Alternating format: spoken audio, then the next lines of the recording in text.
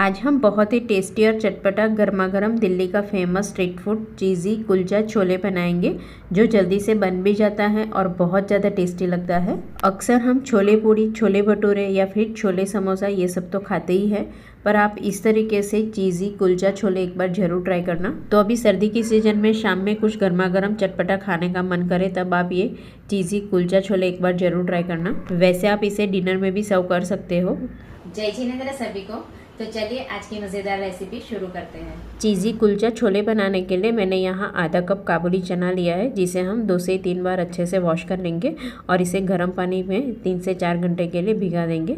तो देखिए, भिगने के बाद चने इस तरह से अच्छे से फूल जाएंगे, तब इसे हम बॉईल करेंगे। तो पानी के साथ ही कुकर में ऐड करेंगे और आधा कप पानी ऐड करेंगे।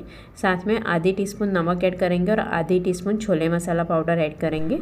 अब साथ में हमें एक कच्चे केले को बॉईल करना है, तो बीच में हम एक रिंग रख देंगे और बाउल में कच्चे केले के 2 टुकड़े कर लेंगे और इसे भी हम ढक देंगे। और एक छोटी सी कटोरी में थोड़ी सी इमली में पानी ऐड करके इसे भी हम साथ में बॉईल कर लेंगे। अब कुकर का ढक्कन बंद करके 5 से 6 सीटी लगाकर बॉईल कर लेंगे और 5 से 6 सीटी लगाने के बाद कुकर का ढक्कन खोल लेंगे और जो हमने इमली बॉईल किया था उसे निकाल लेंगे और साथ में बॉईल किया हुआ कच्चा केला भी निकाल लेंगे और जो बीच में रिंग है उसे भी हटा देंगे। और अब हम चेक कर लेंगे। तो देखिए, यहाँ चने को इस तरह से हमें प्रेस करके चेक कर लेना है। अगर कम पके हैं तो आप सिर्फ चने को 2 सीटी लगाकर और भी पका लेंगे। अब ये बॉईल किए हुए चने को जब गर्म है तब भी हम हल्का हल्का मैश करेंगे। बहुत ज़्यादा मैश करके एकदम पेस्ट जैसा नहीं बनाना है, सिर्फ हमें हल्का हल्का इस तरह से मैश करना है। तो ये जब गर्म होंगे तब भी हमें इस तरह से मैश कर लेना है। बहुत ज़्यादा मैश नहीं करेंगे और पानी के साथ ही हम मैश करेंगे। अगर पानी ज़्यादा लग रहा है तो आप थोड़ा सा पानी अलग से निकाल लेंगे। और यहाँ देखिए, मैंने एक बाउल में निकाल लिया है। अब बॉईल की हुई इमली को भी हम छन्नी में डाल देंगे और इस तरह से प्रेस करके हम इमली का पल्प निकाल लेंगे। थोड़ा सा और पानी ऐड करके अच्छे से प्रेस करके हम इमली का पल्प निकाल लेंगे।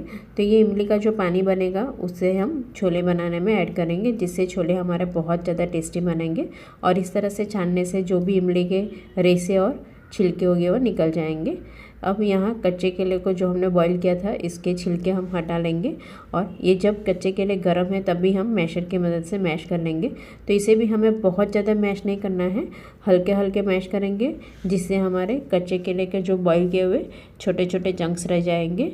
तो चने के साथ में बहुत ज़्यादा टेस्टी लगते हैं। तो बहुत ज़्यादा पेस्ट नहीं बनानी है, नहीं तो छोले हमारे बहुत ज़्यादा गाढ़े हो जाएंगे। अब मैश किए हुए कच्चे केले को हम साइड में रख देंगे और कढ़ाई में 1 टेबलस्पून बटर ऐड करेंगे और साथ में 1 चम्मच ऑयल भी ऐड करेंगे। अब आधी टीस्पून जीरा ऐड करेंगे और साथ में 1/8 टीस्पून हींग और 1/4 टीस्पून हल्दी पाउडर ऐड करेंगे और अच्छे से एक बार हल्का सौते कर लेंगे। अब साथ में इसमें हमें 2 बारीक कटी हुई हरी मिर्ची और 1/4 कप बारीक कटी हुई कैबेज ऐड करेंगे और स्लो टू मीडियम फ्लेम पर कैबेज और हरी मिर्ची को हम हल्का सौते करेंगे। अगर आप कैबेज स्किप करना चाहो तो स्किप भी कर सकते हो, पर कैबेज को हमें बहुत ज़्यादा पकाना नहीं है, हल्का क्रंची रखेंगे। साथ में 1/4 कप बारीक कटा हुआ टमाटर भी ऐड करेंगे और टमाटर को भी हम 2 से 3 मिनट के लिए हल्का सौते कर लेंगे। तो इस तरह से टमाटर ऐड करने से छोले हमारे बहुत ज़्यादा टेस्टी बनेंगे। साथ में आधी टीस्पून सौंठ पाउडर और 1 टीस्पून कश्मीरी लाल मिर्च पाउडर ऐड करेंगे और अच्छे से मसालों को हम टमाटर और कैबेज के साथ अच्छे से मिक्स करेंगे और हल्का हल्का प्रेस करेंगे, जिससे देखिए ये टमाटर इस तरह से मैश हो जाएंगे। साथ में बॉईल किए हुए कच्चे केले जो हमने मैश करके रखा था उसे भी ऐड करेंगे और इसे भी हम हल्का हल्का प्रेस करेंगे।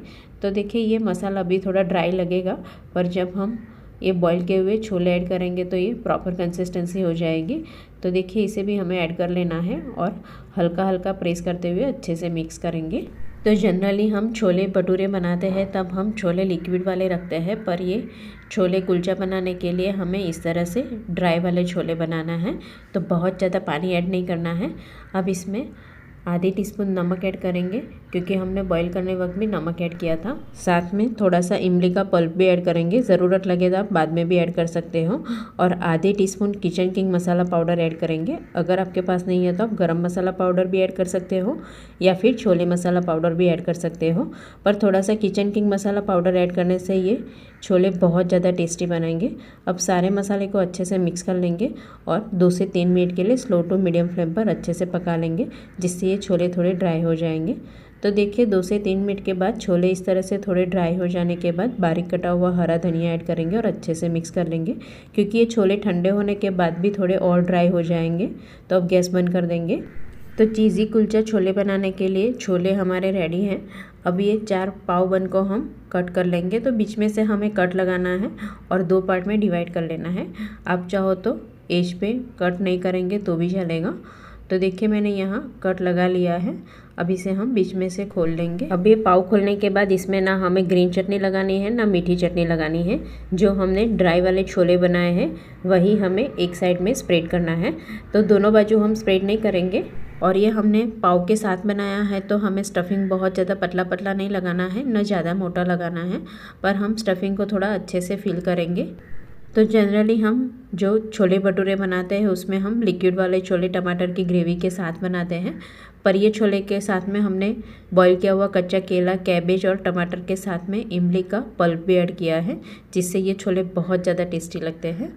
अब साथ में हम ऊपर थोड़ी सी प्रोसेस चीज़ को ग्रेट करके फिर ऐड करेंगे। आप चाहो तो मोज़रेला चीज़ भी ऐड कर सकते हो। तो चीज़ की मात्रा तो आप अपने टेस्ट के हिसाब से कम ज़्यादा ऐड कर सकते हो। वैसे ये कुलचा छोले को बेक करना है तो आप बेक भी कर सकते हो, पर आज हम नॉनस्टिक पैन पर ही अच्छे से इसे हम रोस्ट करेंगे, जिससे ये चीज़ भी अच्छे से मेल्ट हो जाएगी और अंदर से छोले भी थोड़े अच्छे से गर्म हो जाएंगे और पाव भी अच्छे से रोस्ट हो जाएगा। तो देखिए यहाँ नॉनस्टिक पैन पर थोड़ा सा घी ऐड कर लेना है और जो पाव में हमने अच्छे से स्टफिंग किया था वो भी ऐड कर लेंगे और स्लो टू मीडियम फ्लेम पर इसे हमें अच्छे से रोस्ट कर लेना है। तो साइड में हम थोड़ा सा घी भी ऐड करेंगे।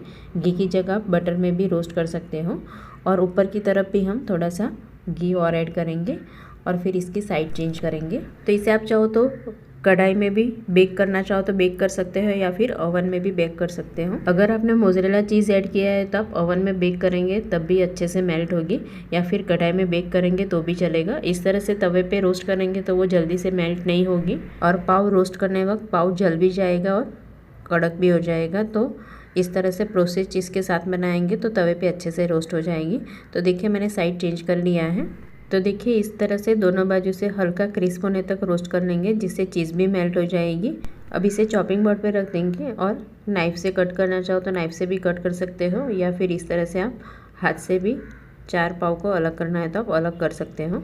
और यहाँ मैंने एक साथ में 4 पाव को रोस्ट किया है। आप चाहो तो एक एक पाव को भी अलग से रोस्ट कर सकते हो। अक्सर हम वड़ा पाव, दाबेली, छोले भटूरे, छोले समोसा ये सब तो खाते ही हैं, पर आप इस तरह से चीज़ी कुलचा छोले एक बार ज़रूर ट्राई करना। खाने में बहुत ज़्यादा टेस्टी और चटपटा लगता है। और आज हमने जो स्टफिंग बनाया है उसमें से हम 6 से 7 पाव में इस तरह से स्टफ़ कर सकते हैं। तो आप भी सर्दी की सीज़न में जब भी शाम में कुछ चटपटा खाने का मन करे तब आप शाम के लिए या फिर डिनर के लिए एक बार घर पर ज़रूर ट्राई करना। Thank you.